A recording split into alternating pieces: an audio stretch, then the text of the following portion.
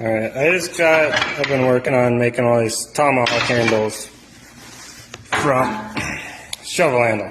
I figured I would do some stories on how to do that. So the nice thing about working from round stock is that you can choose exactly what grain orientation you want, so you can always get the perfect grain, which is nice. So I'll show you right here on the grinder. I have 6-inch wheel on the top, 3-inch wheel on the bottom, and slack belt in between. The 3-inch wheel is pretty much just for the slack belt, so you could have any size down there that you want. And then I'm running 40 grit, and I'm just running it at max speed because I waste time.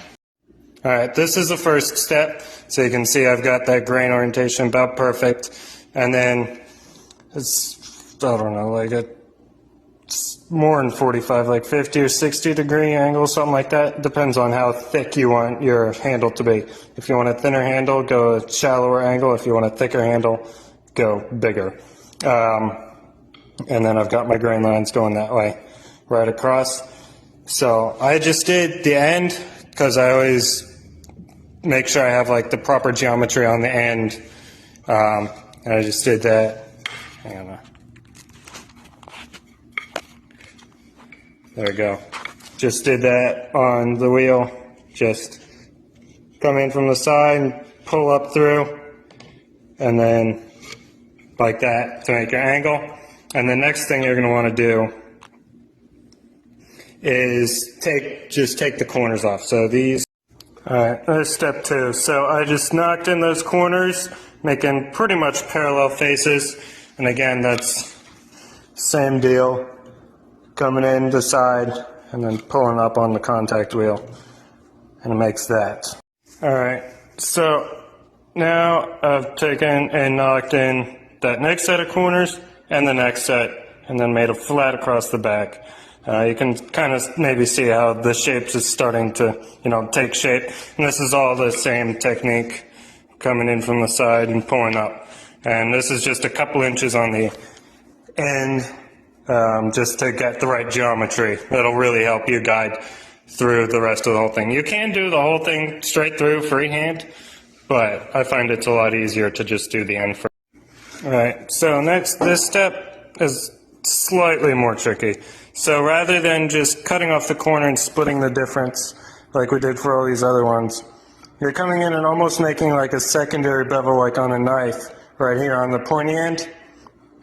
And it's the same technique. I don't think you need me to show you again, but you're not splitting the difference. It's much more offset to the main body side of the thing. So you can kind of see we're getting that teardrop shape. So yeah. Alright, so now we've got it all rounded out, and the way you do that is you can like do it going up and down and up and down and up and down on the contact wheel 1.5 million times.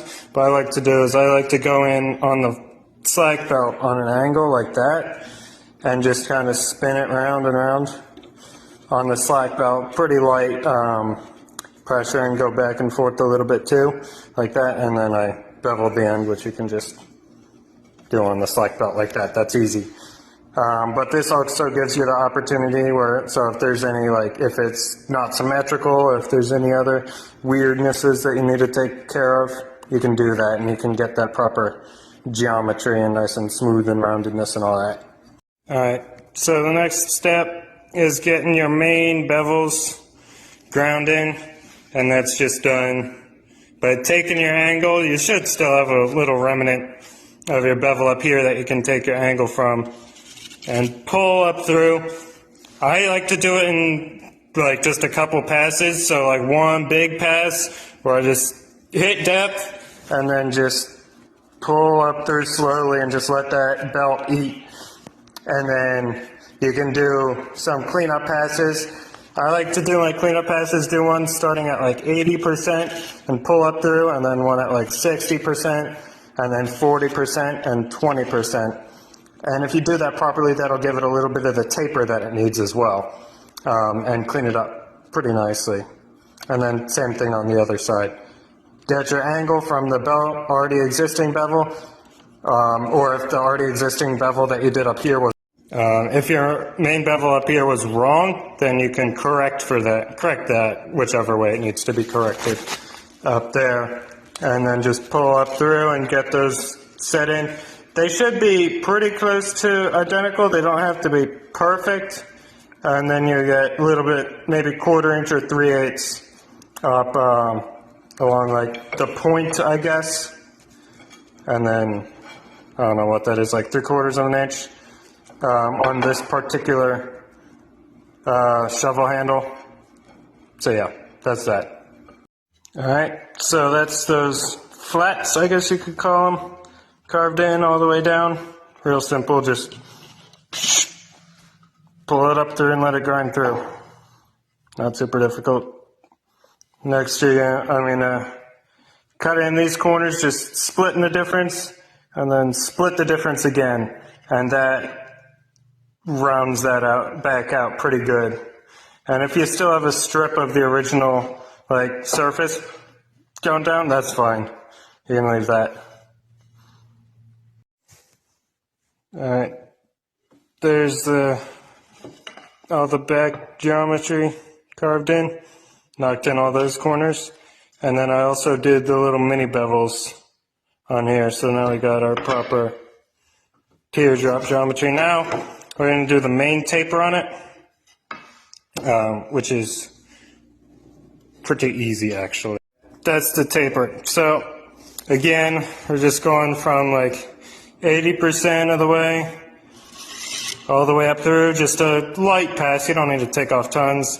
And 60 and 40 and 20.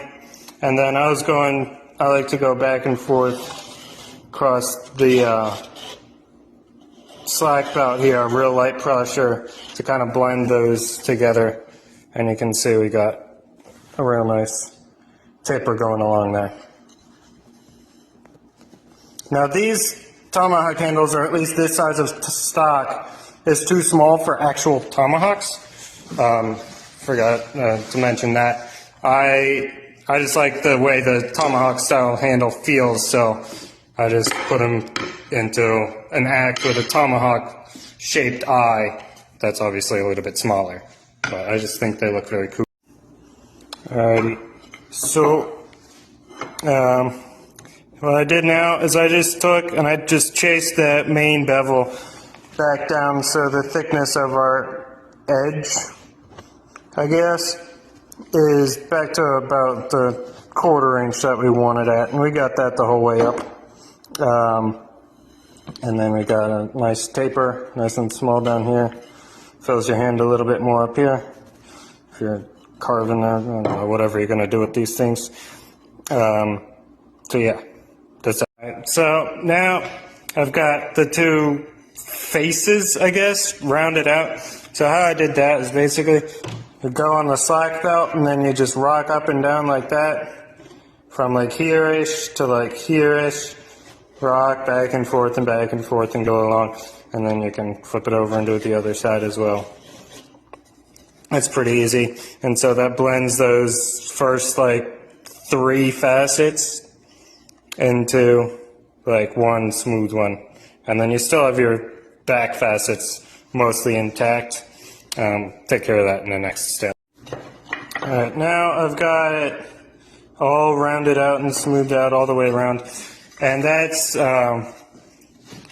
just diagonal on the slack belt, rotating and spiraling down. And that works pretty darn good. It gets all those back facets are nice and blended in. And you've got a nice taper and all that. And then if you want to take this to a higher grit, right now this is just at 40. I'll probably go up to just jump to 240. And then you can go 400, 1,000, whatever. You can go however high you damn well please. But I'm just going to go 240 on these. And then that, to take it up through the grits, is just repeating this last step. Swap over to the other belt, and then you just spiral across the slack belt, like so. Now, something you might run into when you're doing this, going spiral across the slack belt, is that you might get the edges of your belt. You can't see anything on this camera, too, Lord. But you might get the edges of your belt digging in and leaving little spiral marks going up. And if that's the case, that means you're pressing too hard. You got too much pressure, so you can try going across again with less pressure and more slowly and more spinning. Basically, you just got to keep it moving to stop the edges of the belt from digging in. And if that still doesn't solve it, then you can go back to wiggling back and forth like this and going across. And you can do that on the back too, and on the front and all that to get it. And then you can also try doing some passes like that. So yeah, that's how you do that. If you got any questions, pop them in the messages. I'll answer them or maybe make a story about it. But yeah, they're not super complicated to make. Like I said before, these won't fit. And I guess you could make actual tomahawk eye small enough that this fits. Like for hanging it up from the bottom like a tomahawk. But most production tomahawks have fairly large eyes, so this probably won't fit. So you'd have to either make your own tomahawk or you'd have to use bigger starting stock for the handle, because I'm not sure if you can get a big enough size out of that little, what was it, like 1.5 inch round or 1.75 inches.